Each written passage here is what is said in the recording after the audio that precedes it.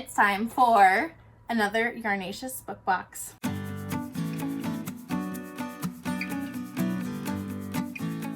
Hello, my name is Emily Crow from The Cozy Crow and welcome to my YouTube channel. Today we are getting started on another book box, and I have a lot of these types of videos on my YouTube channel, but if you're not aware, I am a knitter, a crocheter, a fiber artist, and I also love to read, and so there are some indie dyers that like to dye book boxes where there is a book in mind that you read and you open packages with goodies like yarn and notions and even some yummy treats that are inspired by the book that you're reading. I've done a few of these boxes from Yarnaceous Fibers before, and this is my third one, and we'll be reading Dragon Teeth by Michael Crichton. I don't know how to say his name. Anyway, the author of Jurassic Park. It's going to be a historical fiction type of a book, and I really know nothing about it, so this should be really interesting. It's not too long of a story. I was actually able to get the audiobook, and so this is going to be a little bit of a different type of vlog compared to my other ones because I'm not reading it on my Kindle as much. I'm hoping to get the Kindle version before the end of this video, but we're just rolling with the audiobook for now. I have this box, ta-da, with some fun goodies. And actually, unlike other boxes, there's a couple goodies in here that are unwrapped that I can open right now. Oh my gosh, fun. I already have a sticker from Yarnaceous Fibers, but there's now a pin. As her book club has been expanding, she's also been expanding the types of goodies that she includes, which is really fun. These needle stoppers, oh my gosh, so cute. They say, "Go away, I'm knitting." That is too cute. And then dino bars, I've never heard of this brand. Blueberry pear, banana oats, hemp hearts, coconut oil, fruit bar wrapped in edible paper. Dino bars, interesting. I've never seen this before. But everything else in this package is wrapped up and is assigned certain page numbers that you open these packages on. So let's see, I've got page 45.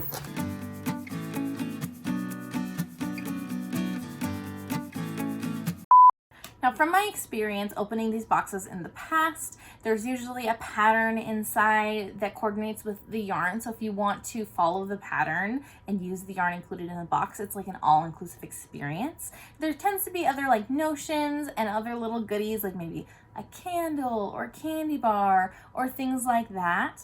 And I really love how Maggie tries to prioritize women's small-owned businesses as she's building different components of her boxes, which I really like. She does these boxes every couple months. This is the box that I purchased in May that got shipped in June. I'm doing it now in July because I'm running kind of behind schedule, but I'm really excited to dive right in. Now, because I'm doing the audiobook, it's going to be a little different in how I consume the content and in keeping track of page numbers. So I'm hoping that the descriptions on these stickers will tell me like the chapter, the West, and I'll be able to kind of pay attention for when I get to that part of the story. And something I'm doing a little bit different too, because I'm doing an audiobook. I'm going to be listening to the audiobook as I am driving around and going to the Utah Yarn Crawl.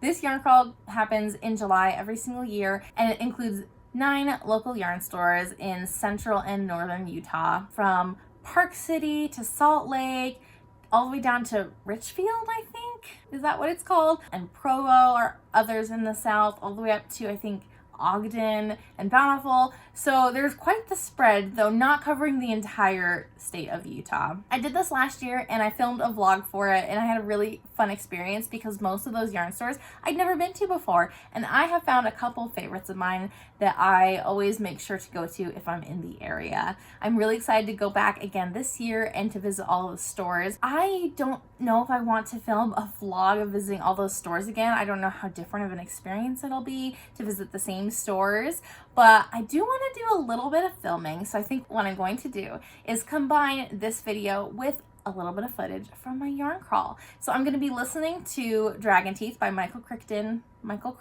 while I am driving to and from all these yarn stores. And I think it'll just be a really fun vlog where I'm going to be listening along. I'll, stop the car when I'm at a new yarn store and I'll tell you about how far along we are in the book. If we have a package to open, we can open it up in the car and take a look and see what we've got. So there are 9 yarn stores and I've already planned out how I think my visits will go. I think the pattern is actually designed by Ashley of Goose and Ghost Knits, and I'm pretty sure that the pattern has been released outside of this box too. So check out down below for the links so that you can purchase the copy of this pattern if you're interested as well. I have tried to avoid spoilers, even though Ashley's all over my Instagram and we chat online too, trying not to see too much about it. I'm really excited to dive right into this box and get started on that project. Because of these 9 yarn stores, I'm not gonna visit them all in 1 or 2 days. I think I'm gonna visit them across 4 or maybe 5 days of this week-long endeavor, and so that should give me plenty of time to listen to the book as well as to come back and do some knitting.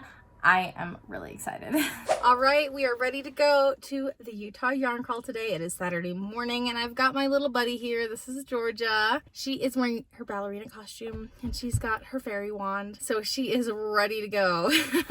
I am going to start listening to Dragon Teeth. So I'm really excited because I found on the Hoopla app the ebook for this book. I can compare the audiobook in Libby that I'm listening to the ebook on Hoopla to make sure that I'm at the right page before I open my packages, which I'm really excited about. I have a couple packages in here so I can open them on the way. We're running a little bit late this morning, and so we are going to go hit up the Provo yarn stores first so I can make sure to get a tote bag and other goodies for the yarn crawl.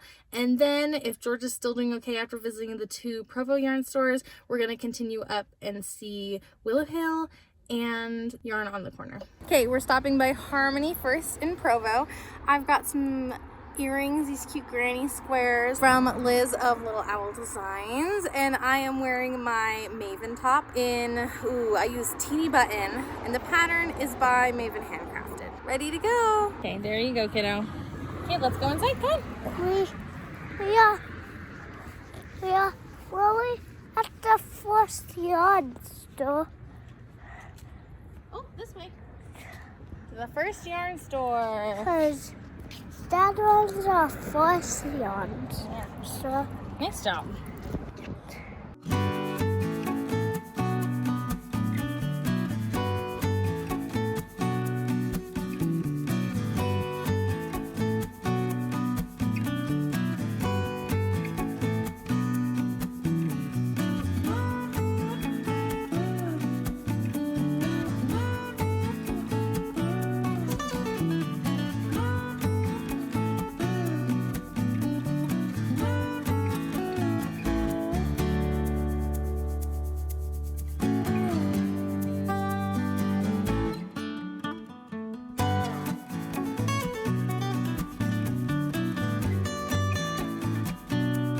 Okay, mission accomplished. Harmony visited. It's one of my favorites, and it's honestly the one closest to my house, which is perfect. And I got more than I intended to necessarily. I found some really fun things. This is the Happy Creative Studios stitch marker set, exclusive to Harmony. I'm planning on getting all of them from all the stores. I don't think Heindselman's has them, but I think all the other stores have them. So this is a definite purchase I'm going to make. Cute, cute.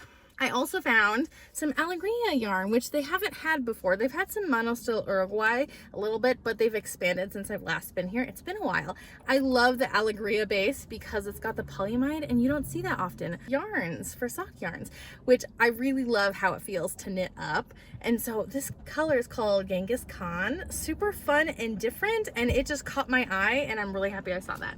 And then I've mentioned Bird and Begonia before, and I thought I would see them more at Needlepoint Joint because I think they're based in Ogden, but they had some Bird and Begonia yarn here at Harmony, which is another new thing.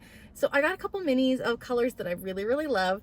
This purple one is called Harmonious, and this mint one is called Icarus. So yeah, 2 tonals. I'll be able to use them in lots of types of projects, so I figured they were worth a purchase. What's really cool about Harmony is they also have some fun toys and gift things, so they're a great place to go if you're like, I need to buy someone something but I'm not sure what. Georgia, can you show them what you picked out? What did you want to get? Oh, so she got one of those like water wiggler toys, and she got a little jelly type of like shopping basket type of thing. So she's gonna take that into all the yarn stores, I think. And she's gonna hold on to my yarn for me before I pay for it. So let's move on to Heindselman's, which is actually just a quarter mile or a half a mile down the road from Harmony on the same street and everything in Provo. So it'll be a really quick drive and we can go to our second yarn store of the yarn crawl. Got my little buddy with me.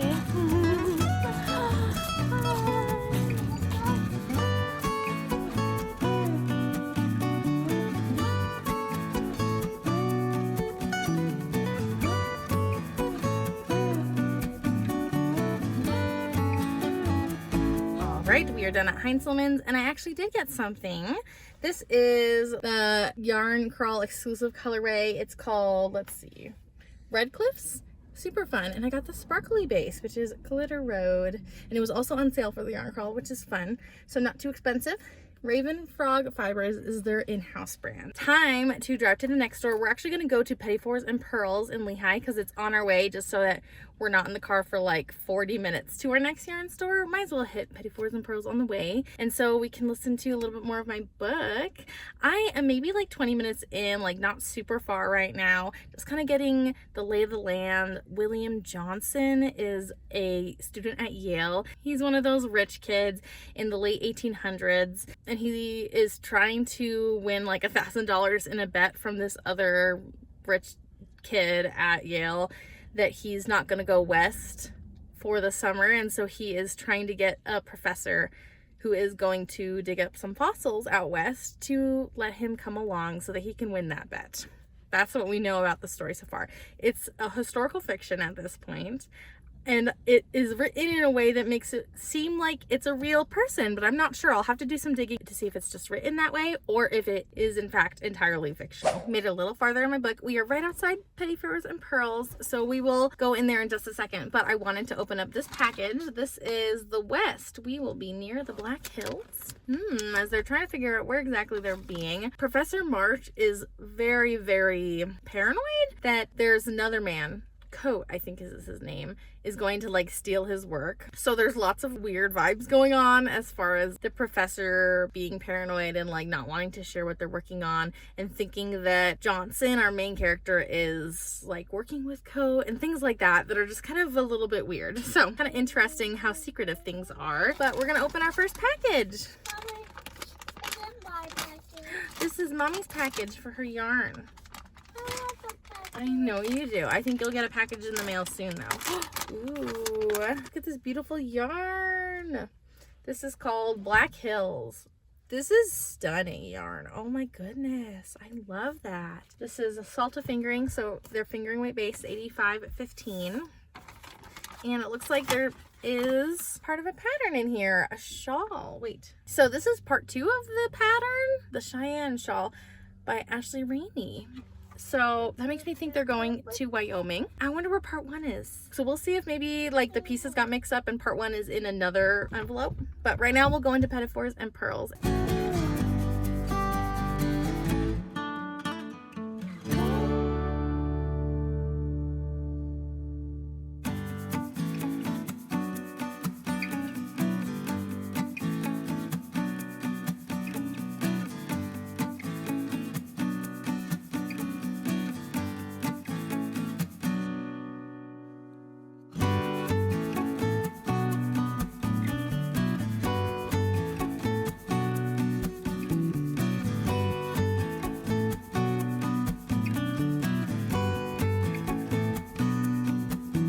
I am lucky. We stopped at Petit and Purls, and I didn't even show you what I grabbed there, but my in-laws live in Lehigh and they are gonna hang out with my daughter, so I can have some quiet, make it a little easier to film as we hit up our next couple places. But let me show you what I got. Georgia wanted a zebra measuring tape, and I don't know where that went.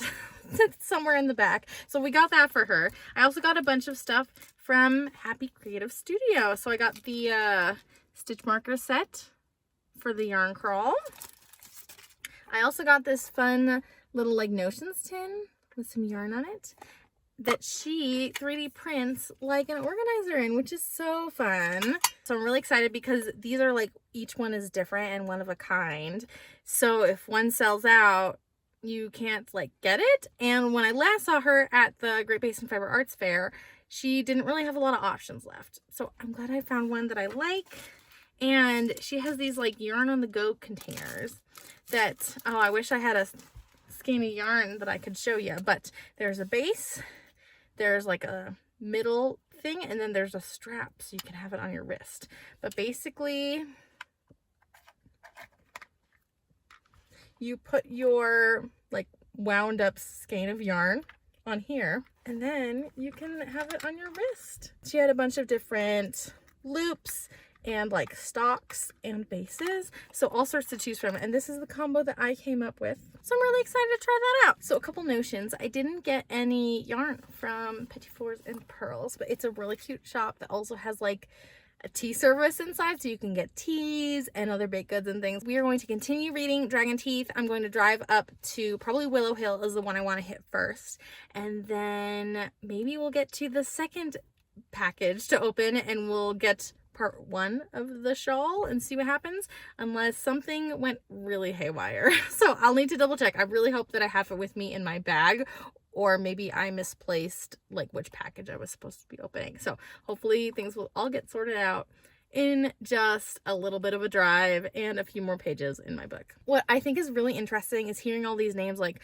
Carnegie and Vanderbilt, all these big names in the late 1800s, hearing about Ulysses S. Grant and his presidential administration, and just getting little inklings of what was going on at that time. It's a really fascinating time period that I don't know a lot about, as people are like moving west and doing the gold rush and moving to California, and they're talking about a lot of relationships with like Native Americans and things like that. And it's just like a really interesting historical time period I don't read a lot about. They were on the train ride to get to wherever their mystery location is, going west, and they stopped in Buffalo, which is really fun. That's where my hometown is, and they like saw the Niagara Falls just very briefly, underwhelming from far away, but it was just really fun to hear about like Rochester and Buffalo. And it reminded me that that area with the Erie Canal was a much bigger during that part of the 19th century and like early 20th century too, and that is like a historical thing from my hometown that I forget about, because Buffalo is not a big city by any means nowadays, and it's not a hopping place, but it used to be, which is really fun to be reminded of.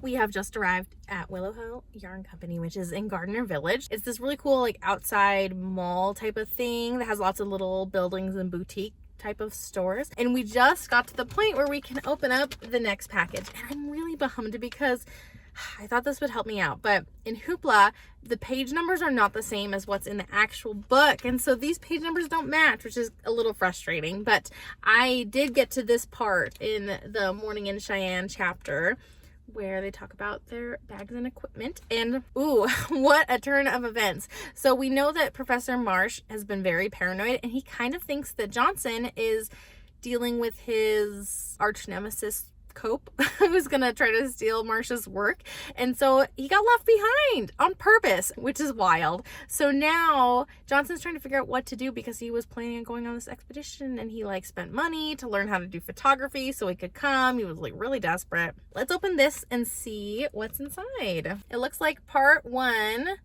of the pattern. I wonder if these two bags were just swapped, or if they're just so close together, they're like 10 pages away, that you're just gonna open both of them really close together anyway. But we got the first 2 parts of the pattern. I'm really excited. Yay! And then what is this? What is this? It's a yarn bag. Oh my gosh, it's from Beautiful Sister, and it's one of those, I don't know how this works. I guess I tie this, and this has a loop. Anyway, but look at the design. It's so cool. It's a very sturdy like canvas bag. I love this. And there's some like fossil type dinosaur bones all over it, intermixed with these like fun flowers and like swirly bits. So that's really fun. Such a fun little goodie. We haven't had a yarn bag yet amongst these boxes. I like how Maggie is doing a variety of things in her packages, so that if you do every single one, you get different types of goodies. And we're about maybe 20% of the way through the book already, which is exciting. And let's go on in and take a look. And maybe we will actually meet Maggie of Yarnaceous Fibers.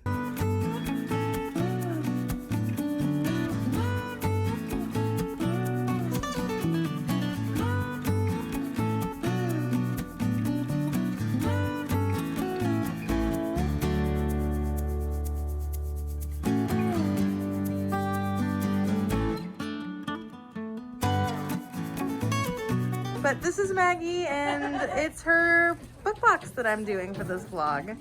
Hi! That was really fun. It was good to see Maggie in person and to just talk about her books that she's chosen for her boxes and talk about how great her boxes have been. I've really enjoyed them. So this has been a little bit different of a video, but I hope you're getting the sense for like how fun it is to open these packages as you're reading the book and find the connections between the packages and also what you're reading about, and just kind of like a little mini countdown calendar or like an advent style, like you get to open multiple things and it's just like a really fun experience to have. So I'm definitely doing the next box too. We talked a little bit about that. Crescent City is coming and Maggie's really excited for the pattern that's going to be in that box as well. It's a sock pattern by Julianne of Twin Stitches Designs. So let me show you what I got at Willow Hill. So I got a desert doodle deck from Pacific Knit Co. Something that Yarnaceous Fibers, Fangirl Fibers, and Pacific Knit Co. have done are these like doodle bars. So they'll have minis and other yarns intended to make doodle patterns, and they sell them with these decks from Pacific Knit Co., which is really fun. So I got the desert mini deck. It's like a half deck. I also got the like sock set. So it's like the mini set. So all of these are minis, and then this is a full 100-gram skein, it looks like. And I also got cream, like sandy colored mini to go with it, just because I felt like that would round it out a little bit, and then it would give me a little bit more as far as options go with using the desert doodle deck. And I was trying to figure out what I wanted to make. I think I might make like a desert hat or maybe like a small cowl. So I didn't need the full set, even though I kind of wanted to buy the full set because I do enjoy the colors, but I don't use DK yarn very often. And so I felt like this was more usable for me and something that I would actually put to good use pretty soon. So I'm excited about that. And I got Willow Hill's stitch marker from Happy Creative Studios. So that is 3 down for these markers out of 8. So we have one more stop to make today, and then I'll go pick up my daughter and hopefully cast on the Cheyenne shawl this evening. We are making good progress on this book. I'm really interested to see what Cope says to Johnson and if he gets roped into helping Cope and whether or not he is actually as nefarious as Marsh made him sound. So very fascinating. All right, we're here at Yarn on the Corner / Quilts on the Corner. It's like 2 shops in one for quilting and one for yarn, which is really fun. So I'll show you a little sneak peek of Quilts on the Corner as well.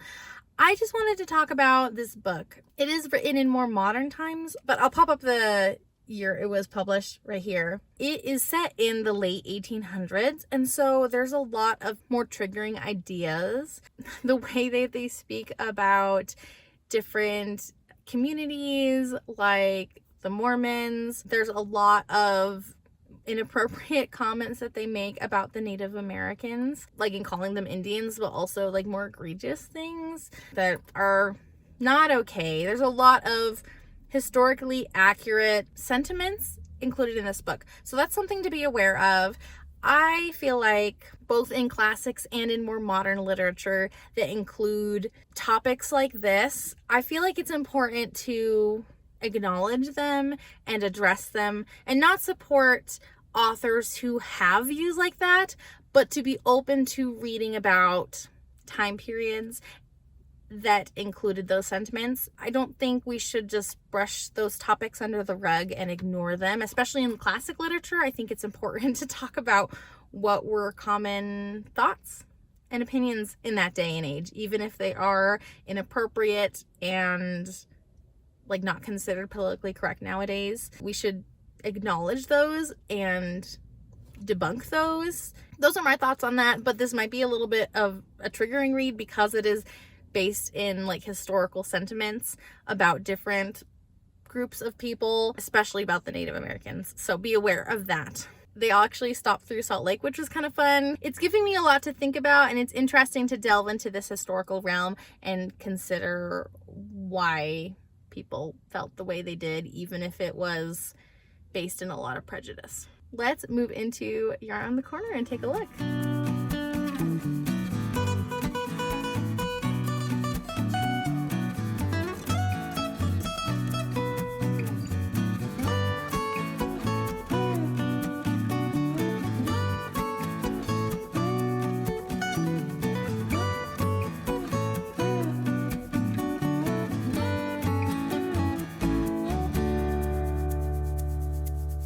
Accomplished. I found this new to me dyer, Cricket's Fibers, with this really cute sock set. I'm really excited. It's really pretty. And then I also got the stitch marker set for Yarn on the Corner. So making really good progress. I am done for today. We're gonna listen to a little bit more of Dragon Teeth. I am really intrigued by what's happening. There's a lot of foreshadowing of like bad stuff happening, or like there's some nefarious things that may be happening. I'm really curious at what's gonna happen. I will talk to you in a little bit once I get a chance to wind up my yarn and cast on the Cheyenne shawl. Let's wind it up. I've got my little helper here. Black Hills. What's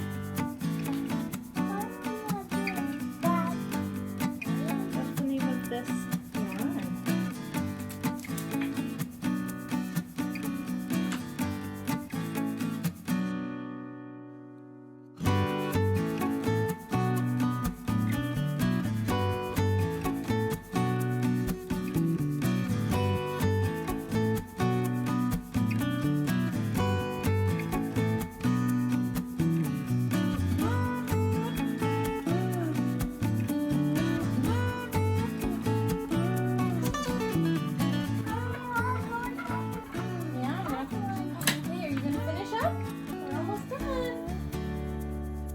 Job. Thanks for your help, kiddo. That is so pretty. Some blues and greens, couple random like brown or black spots. I am really lucky. Got my yarn wound up, and I already have US 7 needles ready to go. They're not long enough for the full shawl, probably, but I can at least get started and get a lot done on it now. So I'm gonna cast on.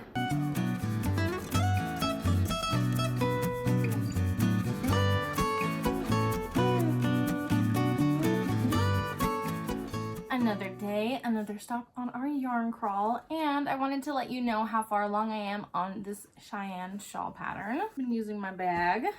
It's nice and sturdy, which is great. I am 4 out of 8 additional repeats done on this shawl. I probably should move it to longer needles, but I don't want to. It's this fun seed stitch design. In the middle, there's some yarn overs and slip stitches. And there's an I-cord edging. Yes, so I'm halfway through this section of the pattern. I'm gonna do 4 more repeats, and then there's a couple garter ridges, I think. And then I start with contrast color 2. I really wanted to be as far along as I could get with this first main color before I get to the second color, so that when I open the second color on my drive today, I'm almost positive I'm gonna open the second color on my drive today, I can just start right in as soon as I get home. But I have a little bit more knitting to do, and I don't see myself knitting on the go today because there is a lot of driving. I'm driving down to Richfield, Utah. That's the only shop I can go to today. All the other ones I have yet to go to aren't open on Mondays. I'm about 31% of the way done with this book. I'm really close to opening the next package, but I'm gonna bring a couple of the packages with me on this trip because I just don't know exactly how much I'm gonna read. I do listen to audiobooks at 1.75 speed usually. I might finish the book today, or I might get really close. Today, I decided to throw on a crochet vest. This is my design. Let me show you. This is the Sweet Pea Vest with this fun like mesh pattern and this texture right here.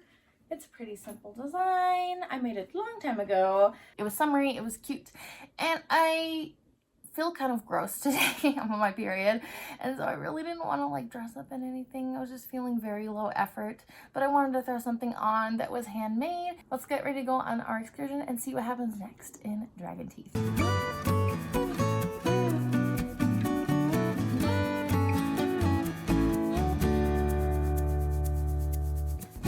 All right, we have made it to Richfield, Utah, and I can now open the next couple packages. So we've got Bone Country. What's really interesting is hearing about Cope and his group. They have run into Marsh. Marsh definitely is very paranoid still, though I'm trying to figure out what exactly is going on with Professor Cope, like why we maybe shouldn't trust him.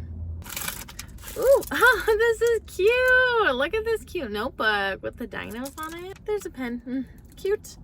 This looks like it might be a biodegradable pen.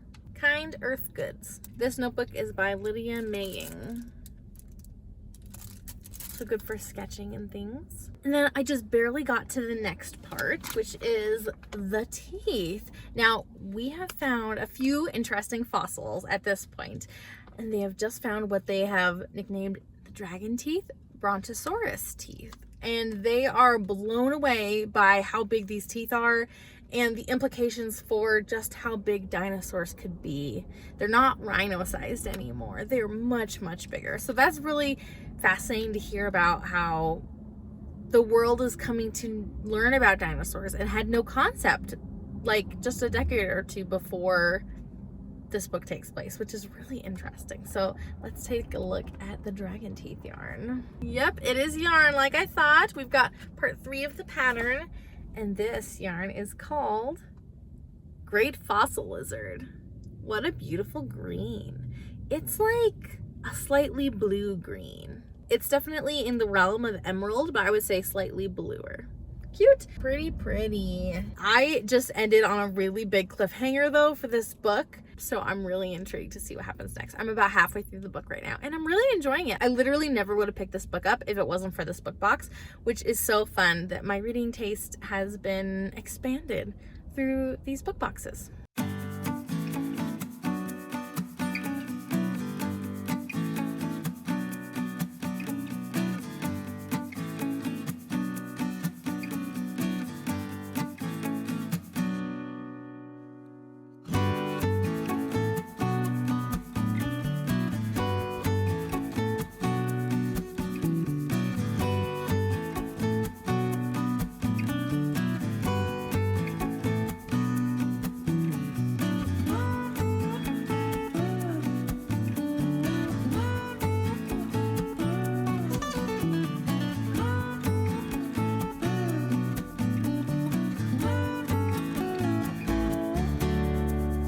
Okay, mission accomplished. I have not been to this location because last year they were like across the street and down a ways. So they're in a new location this year and they have so much more space. They've expanded their stock. It feels more like roomy and airy, which was a really nice shopping experience.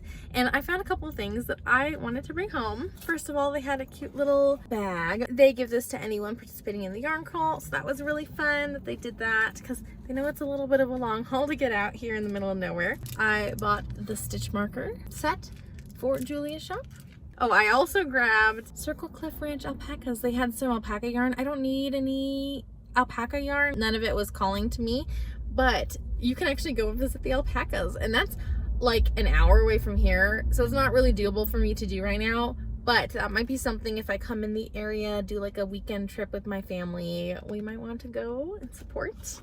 And then I bought this yarn from Desert Panda Fiber Arts. I've never worked with their yarn before. This is called Strawberry Fields and Pine. It was just very different than the yarn I typically grab. There's a lot of speckles, lots of colors in here, but I thought it would be really fun to work up.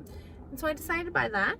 I have a couple embroidery kits, like beginner embroidery kits at home, but this one was just so pretty. I wanted to buy it. My embroidery skills are very minimal, so this is a stretch project. I might open it up just for funsies to take a look, but probably I'll need to get a little bit of practice in on something else first. I really do need to work on embroidery because it's so pretty. I want this. So I got it because I figured I get to support a small business. Maybe it'll be the kick in my pants to actually learn some embroidery. I only have one more package for the book, and this one is Deadwood on page 173. So we're probably gonna hit this not too long, maybe like an hour or so into our journey. I'll have to pay attention to see kind of when I reach that point, but I will definitely reach it on my way back home right now. I have 3.5 hours left of my book.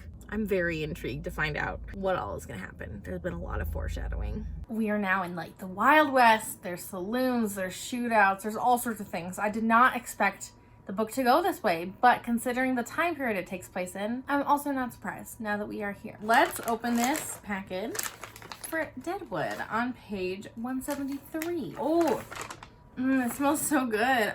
Ah, this is fun. It's a cherry jam bath bomb from Bath Enchanted. And I love the like fossils on the front. We have one more package. This is Red Canyon, page 252. I could have gotten really close to the end of the book if I had listened to it my entire drive back home, but I didn't want to only have like 20 minutes left of the book. I paused at a good spot at the end of a chapter, so I have about an hour and a half left of a listen, which at 1.75 speed will take me less than an hour. So I'm going to listen to that tomorrow on my drive for the last 3 yarn stores. So I've got one in Ogden, one in Bountiful, and one in Park City. I will have a lot more of my drive left to go when I finish this book. I need to get working on this shawl so that I can scan up this yarn and get started on the next part.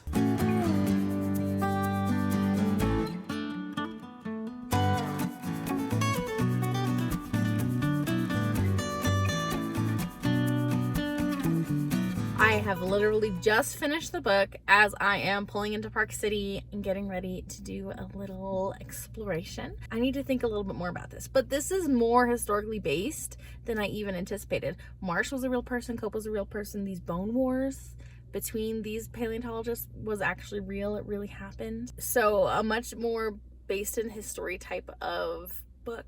Also, I learned as I was looking into this book that Dragon Teeth was published posthumously, actually, that his wife found his manuscript and published it. And I would not have thought that this was like an unfinished work, that this still needed a few rounds of edits. But I'm really impressed. I have really enjoyed it. I'm going to think about it a little bit more, but first I'm going to do a little bit of shopping after I open this one. This is Red Canyon. They had intended to pan for gold. This is our last package in this box. Some beautiful stitch markers. Let me take the plastic off. Beautiful stitch markers.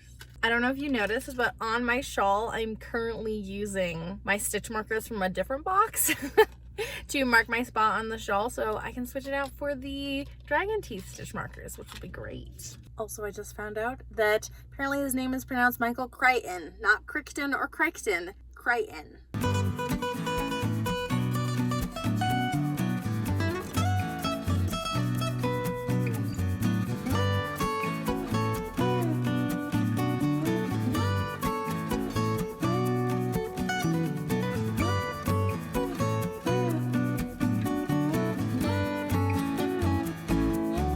Okay, we have visited Wasatch Wool, and this is one of my favorites on the yarn crawl. They have a lot of really cool international brands, and they also have a lot of really cool indie dyers that you don't see other places, or like a different selection than you would see at other local yarn stores around here. So I did actually support a couple local to me dyers as well, but I really like Wasatch Wool. I got the stitch marker set for Wasatch Wool from Happy Creative Studios. I got from Dragonhorn Yarn. This is the color Bibliophile. I love it. And then I got 2 skeins of Galadriel by Dragonhorn because I am a pastel person and I could see myself making like a summer tea out of this or something. I really like Dragonhorn Yarn's dye style, but I haven't purchased from them before because they do a lot of more moody colors that don't necessarily fit my color palette of the things I like to wear. And so I'm really excited that I found some colorways that I really, really like and I could see myself really enjoying that Dragonhorn did. So really excited about that. And then I have from the Backcountry Knitter, this is the Park City colorway, which is my color palette for sure. And then they gifted me this skein, which was so nice. This is a yarn that they have coming soon. Concept by Katya, a cotton merino yarn. They just gifted this to me. So fun and colorful. Is very soft and squishy. It's got the like chainette construction. So that is my haul from Wasatch Wool. We are now going towards Bountiful for Seed Stitch, which is also a favorite of mine, a place I really like. It's a smaller shop, so it shouldn't take too long to go through and visit because I have a lot of stops I want to make today. And oh, I forgot to show you my outfit. I'll have to show it when I get to my next stop.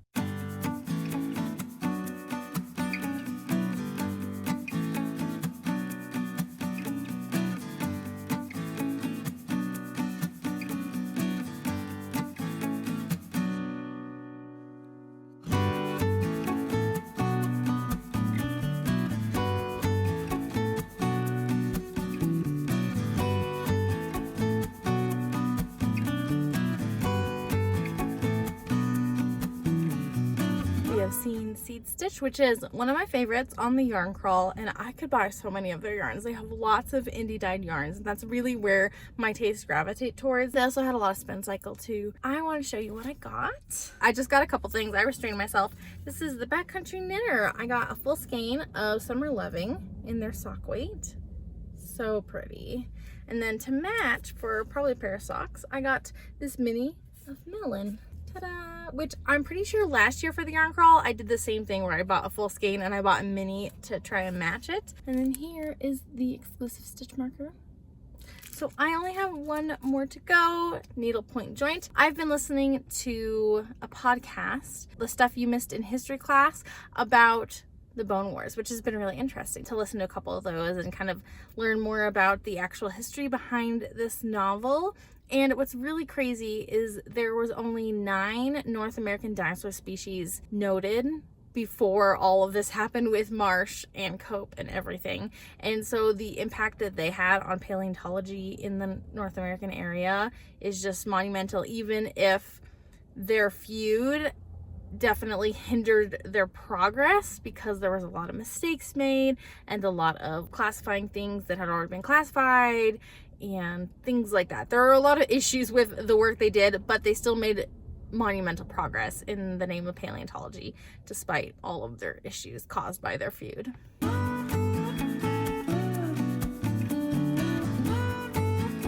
We have now visited Needlepoint Joint, and I have everything crossed off on my Utah yarn crawl. Sorry, I gotta cover up my details. I have everything crossed off. So I think I want to drop this off at Yarn on the Corner because I remember they had a really cool like pattern project bundle that was something I might actually make. It was a pressed flowers cardigan, I think. Let me show you what I got. I got this mini skein set from Lichen and Lace from Sackville, New Brunswick. So that's kind of fun. This is the Lilac Retreat mini set. So cute. I love all these colors. I also got this stitch marker set. It's got 5 rings plus 1 removable stitch marker, so it's perfect for like a garment or a shawl or something. And there's just these cute little like bronze birdies, and the other beads are just so me. It's like mid chocolate chip. I love it. And then of course the Needlepoint Joint stitch marker pair from Happy Creative Studios. So I have all of those collected now too. Yay! I'm glad that I've already visited all of these places before, so I already kind of knew what kind of stock they had, what kind of things I would want to pay more attention to and look at. I didn't have to spend nearly as much time at each store on this yarn crawl compared to last year's when I was experiencing everything for the first time. And of course there's plenty of new stock. Some places are in new locations, so there's always more to check out compared to last year, but I didn't feel like I had to take in every single detail, especially because I'm not filming every single detail of every single yarn store either. That's helping a lot. So I've had a really great time this year. We are done with my podcast episodes about the Bone Wars. We're done listening to our book by Michael Crichton, and I think I'm just gonna listen to a random audiobook like a Christina Lauren romance because I don't really know what else to listen to, and I've got a little bit more driving to do today, so I won't update you until I get home and we can work on the shawl some more.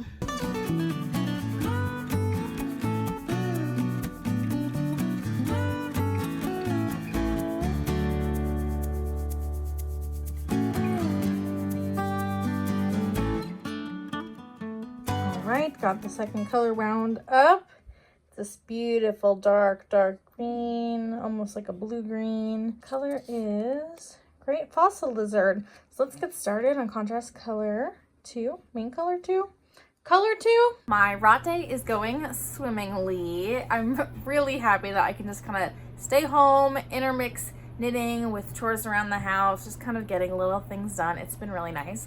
I'm about to have lunch and I just finished clue number 2 of this shawl. It's a little hard to show you, partly because the color is a little dark and there's some interesting texture here, but also because I have it still on this really short, like maybe 16-inch cord, and I think it was recommended to have a 40-inch cord. So everything's really scrunched, but I do like knitting this way, so I don't mind. Let me show you this texture though. Ta-da! Oh, yeah, it's a little hard to see the texture You can see there's like almost like little bunches of stitches. I did a couple more garter ridges, and so now I can put this down. I'm gonna have some lunch. Alfred, get off my yarn. Get your butt off my yarn. But I'm gonna look at clue 3 just to get a heads up for how this is gonna go. I was really hoping that I could get a copy of Jurassic Park from my library for like my Kindle or something, but it's gonna take like weeks and weeks and weeks and weeks. I also don't want to spend $10 to get it on Amazon. It's Prime Day today and it's not on sale, which is very rude. I don't know if I want to do that. And it's like a 450 page book to get Jurassic Park. And even though I really want to read it, I'm trying really hard to finish my tandem read of Empire of Storms and Tower of Dawn. And it's just so much reading on my Kindle. Ugh. I just like don't want to read another book on my Kindle if I can help it. But because I'm reading so much on my Kindle, I don't want to grab another like 450 page physical book to read. And it'll probably be in like the mass market paperback size because it was originally made in 1990, and like I hate that size of book. But I also don't want to buy it on Audible. I don't have a membership and it's like ridiculously expensive to just buy it. So I don't think I'm gonna read Jurassic Park in this vlog, though I would love to. Especially, it'd be really great to listen to it while I am working on this, but I don't see that being feasible. I'll still mull it over a little bit, but I think I'm just gonna be knitting on this for a little while, doing other things like watching YouTube, etc. And I'll get back to you when I make a little bit more progress on this shawl. Went to the library with Georgia. There she is. We're looking at audiobooks. I figured I would check, and they have it here.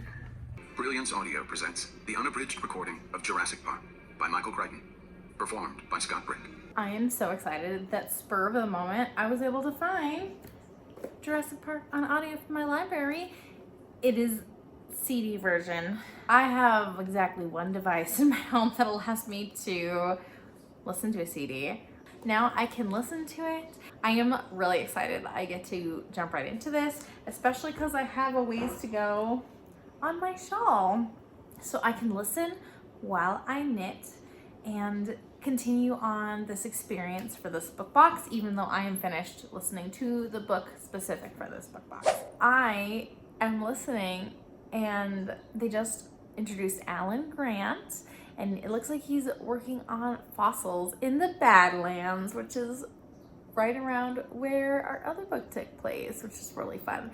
I don't know when Crichton wrote Dragon Teeth in relation to when he wrote Jurassic Park. So I don't know if Dragon Teeth was written by Crichton after Jurassic Park, or if it was like a very old manuscript that he never got published. I have done this row like 3 times now, not in its entirety, but I finally figured out what I need to be doing. I'll show you later, but it's like a drop stitch type of thing. Adds some really fun texture. I had to ask Ashley, who is the designer of this pattern. I'll link her down below, Goose and Ghost Knits. Just to clarify, she sent me a really good video, which has helped a lot. And now it makes sense what is written in the pattern, but for my brain, I was like not connecting the written pattern with like what my needles needed to be doing. I was doing it right the first time, but I didn't understand what I was doing, but now I understand what I'm doing. So I'll show you that when I get a little bit farther and can actually show you what it looks like. Right now, it's just a gajillion loops and yarn overs on my cord. Yet, he was saved.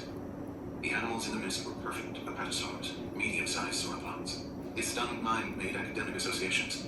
North American herbivores, late Jurassic Horizon, commonly called brontosaurs. First discovered by E.D. Coate in Montana in 1876. Specimens associated with Morrison Formation scattered in Colorado, Utah, and Oklahoma. Another connection to Dragon Teeth with Cope and how the Apatosaurus was misclassified as Brontosaurus when Cope found it. Let me show you kind of what this looks like. So there's these like drop stitches and then more of these like little cluster stitches. I'll have to show you in better lighting.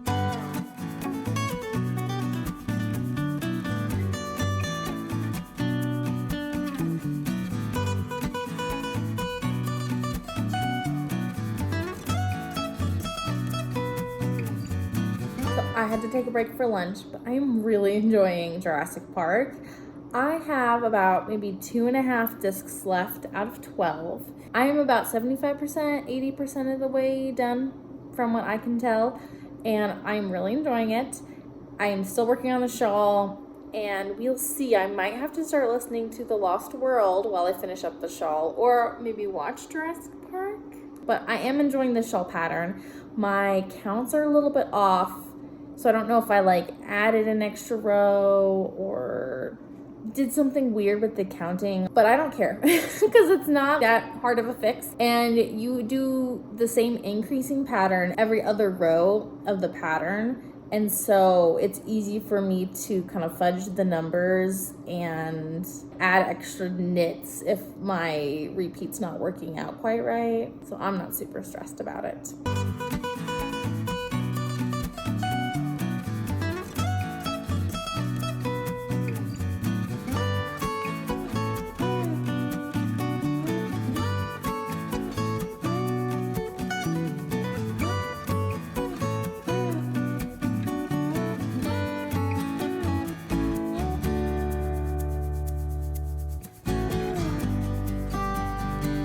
It is another day. Last night I was able to finish the contrast color 2, so now I'm on contrast 1, or main color 2 and 1. Anyway, I'm back to the first color, and now we are starting to do the seed stitch pattern, kind of like what we did down here. I've got a few more rows to do. My goal is to finish the shawl today because I would love to block it and be done. We have a little ways to go. I've got exactly 18 more rows to do. I did a lot yesterday. I mean, I worked from maybe like this point to here.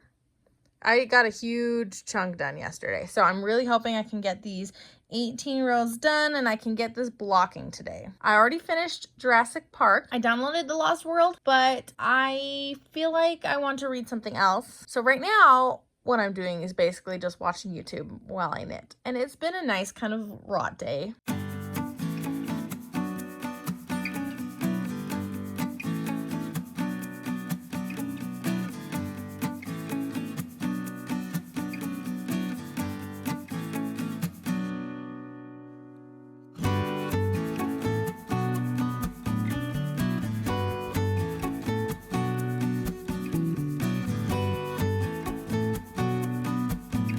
It's finally done, and my hair is having a weird hair day. But my shawl is done and it is blocked. Look at this beauty. Quite the wingspan. These drop stitches look really neat stretched out. They're not super tight either. There's definitely some give to them. I love this little like swooping action. And the little wings just kind of curl up. So pretty. It's just about dry, so I'm going to take it off the blocking mats, and I will talk to you in a day or two when I can kind of close out this vlog. Here are the textured stitches that we did besides the drop stitches. So pretty. The seed stitch garter. I love it. Next time I get a chance to talk to you, I'm going to be reviewing this book box and the book as well. All right, so let's talk about this book box from Yarnaceous Fibers. My thoughts were on the products included, the pattern, the yarn, and even the books. Thank you for joining me as I did something a little bit different in this video where I was listening to the audiobook as I was traveling through the Utah yarn crawl. And I finished the book before I was done with the yarn crawl, so I listened to a little bit of podcasts about the Bone Wars and some other things too as I was trying to finish up. It was a different kind of balance. It's just something to try out. Let me know down below if you like me including other topics in vlogs like this that are still like yarn or reading related, or if you like me to just keep things simple as far as the scope of the content in a vlog like this. Let me know. This book box by Yarnaceous Fibers was inspired by the book Dragon Teeth by Michael Crichton, which I found out that's how you pronounce it, Michael Crichton. I ended up rating this book a 4-star in my reading. This book was actually written in 1974 and published posthumously, so after Crichton died in 2017. Yes, 2017. That is like a huge gap. And so if you think about the types of books that were around in the 70s and how this book might have fit in with the culture at that time, and we can also wonder why Crichton didn't publish this book way back when he wrote it, if he felt like it wasn't a good fit for the readers at the time, or he felt like he had to do more research, or it wasn't as compelling of a story for him. I don't know. There's lots of things that we can think about, especially because I feel like this book is very well written and was almost complete in the state it was in. I was really surprised to learn that this was not the finished version of the book, that he never got that far. And I really did enjoy this book. It taught me a lot about the Bone Wars and this part of history that I had no concept of whatsoever. I didn't realize how new our understanding was of dinosaurs. It just blew my mind. Learning about how when this book takes place, I think we only had like 9 dinosaurs discovered before these Bone Wars, and there was this huge flurry of fossil collecting and dinosaur naming that Cope and Marsh actually did in real life. There was drama, and I really appreciated that Crichton included within his book the dynamics of these characters and their personalities, and you got to see that through the eyes of William Johnson as he interacted with both Marsh and Cope. I was fascinated as far as the historical element goes, and I feel like that taught me a lot about modern paleontology and about the beginnings of modern paleontology, and also the beginnings of our understanding of the dinosaur world, which we still don't know very much of. I found that really fascinating in my read of this book. The second half of the book was more like a Wild West story with saloons and duels and wagon chases and things like that was way out of my wheelhouse and comfort zone. So this was a little bit different of a story compared to what I would have typically picked up. And that's partly why I'm grateful for boxes like this that inspire me to read things I wouldn't necessarily, but that I still really enjoyed and that I found value in. There were just so many high stakes going on, and there was just so many harrowing moments that it was really honestly stressful for me to read. Thinking about a time in history when that was the reality of how people interacted in a teeny tiny settlement like Deadwood, I did not like dwelling in that type of a story. It was just like too stressful for me. But I feel like this could be a really good starter story if you are maybe intrigued by the Wild West but not quite ready to dip your toes into all that action, because the first half of the story was very much more rooted in nonfiction, whereas the second half of the story was more Wild West and action-packed. It was an interesting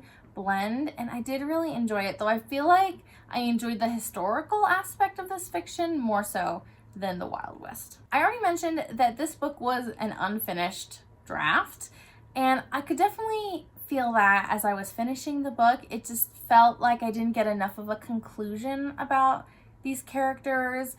Maybe I didn't have enough like poetic justice.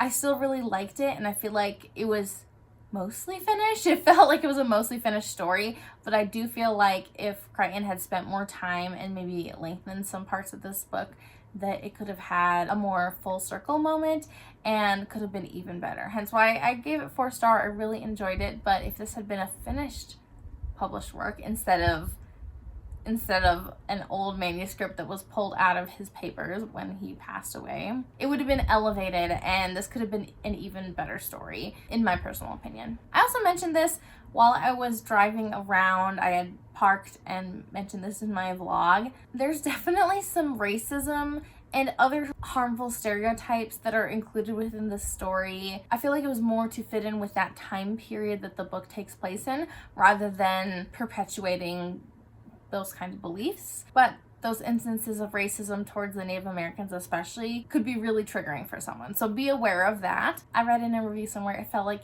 the author was acknowledging that those instances of racism were on the wrong side of history, so it was still kind of hard to read about. And then finally, about this book, I was surprised this wasn't as connected to Jurassic Park as I thought it would be. It really is more historical fiction based in a time period when paleontology was starting to grow and people were just starting to learn about dinosaurs and all that they entailed, but we really didn't know a lot about it.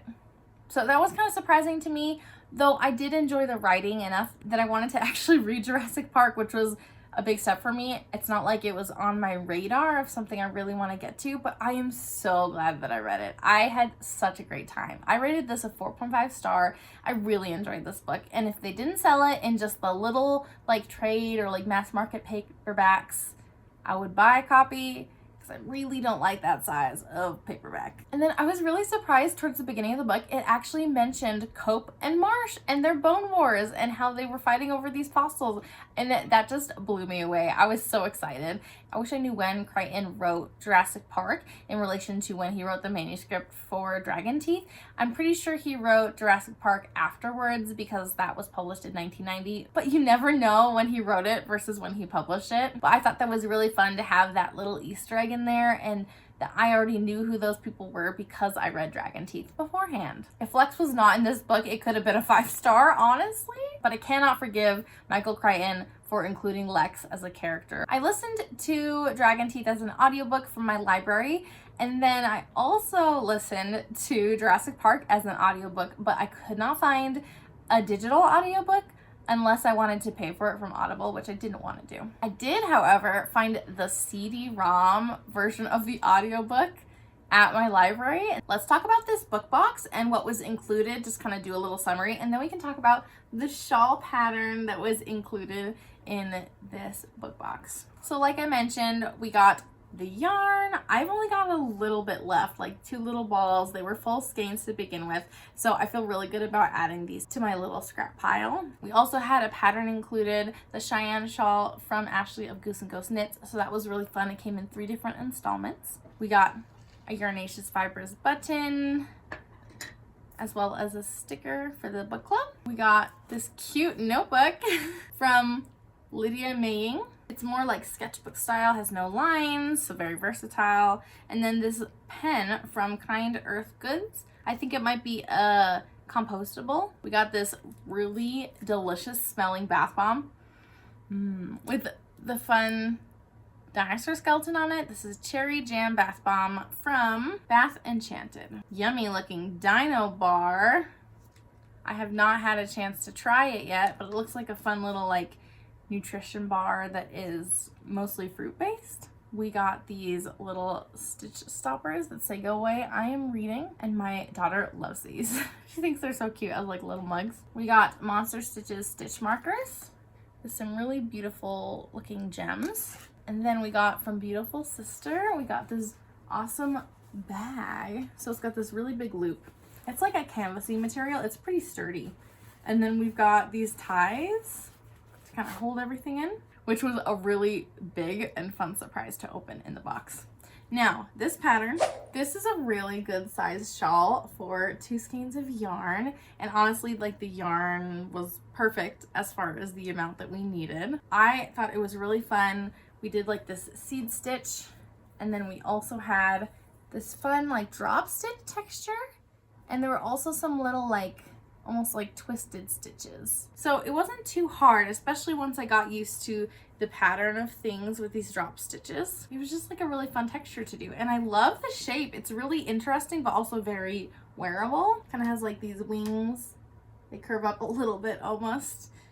Ashley says in her pattern that it is kind of like a Batman shape, which I could totally see. And I'm really happy with this. I love the colors together. If I remember correctly, ooh, do I remember correctly? I'm pretty sure that Black Hills is this one, the variegated, and Great Fossil Lizard is the dark blue-green, mostly green, but like a little bit of a cool green. I am really happy with how this turned out. It took me longer to knit this than I thought, and that was mostly because I didn't knit this while I was listening to Dragon Teeth. I knit this when I wasn't in my car listening to Dragon Teeth, when I was doing other things. And so that was one thing I didn't like as much about the way I did this vlog, that I wasn't listening or reading the book while I was knitting, but I still was able to get some really good knitting time in.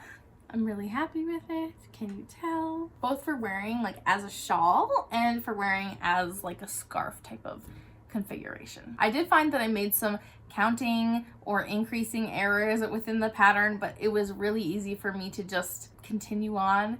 And by that point, I knew the pattern well enough that if I had to add in an extra knit stitch or two, it didn't make a big difference because I was increasing at the same rate and following the same general idea of the pattern, and a couple extra stitches here and there wasn't going to make a big difference, especially if I maintained the pattern for the majority of the pattern itself. You can actually get this pattern on Ravelry, and so I'll make sure to link it down below. I'm not sure if it is up on Ashley's Etsy site as well, but I'll make sure to link it down below if it is on her Etsy shop too. It's a really good choose game project for knitting, to try a little bit of texture but also some more mindless pieces in this variegated yarn on either side of this very interesting texture. Okay, all that said and done, I thoroughly enjoy Yarnaceous Fibers book boxes, and I am really happy that I got this one. There's some really fun goodies. I really like how there's a variety every single book box, so that you're not getting the same types of products every time, but you're also getting some like usable knitting items, as well as just some like fun things that are still kind of thematic for what the book box is. And I really love how there is yarn provided as well as a pattern associated with that yarn, so that if you don't have a plan already for the yarn in the box, you can just follow the pattern and make what is included, which I really like. I've done another book box that doesn't have a pattern, and it's a very different experience, and they both have their pros and cons, but that's why I like to do both of them, because I do enjoy both. The next book box by Yarnaceous Fibers is actually Crescent City, the first book. I can't remember what it's called. I am almost done with the Throne of Glass series by Sarah J. Maas, and I didn't necessarily want to move into the Crescent City series next, but I think I will. So I'm really excited to finish Throne of Glass so that I can move into the Crescent City series as I work through that book box that's coming in just about a month. So keep an eye out for that vlog. I'm really excited to open that box as well. That'll be coming soon. Make sure to follow Yarnaceous Fibers so that you can also keep an eye out for the book boxes that she has coming through the rest of the year. She's doing a book box every other month, and so keep an eye out for when the next book box goes live so that you can also purchase one and participate if the book sounds like something you'd be interested in reading. And until next time, happy reading and happy making. Bye!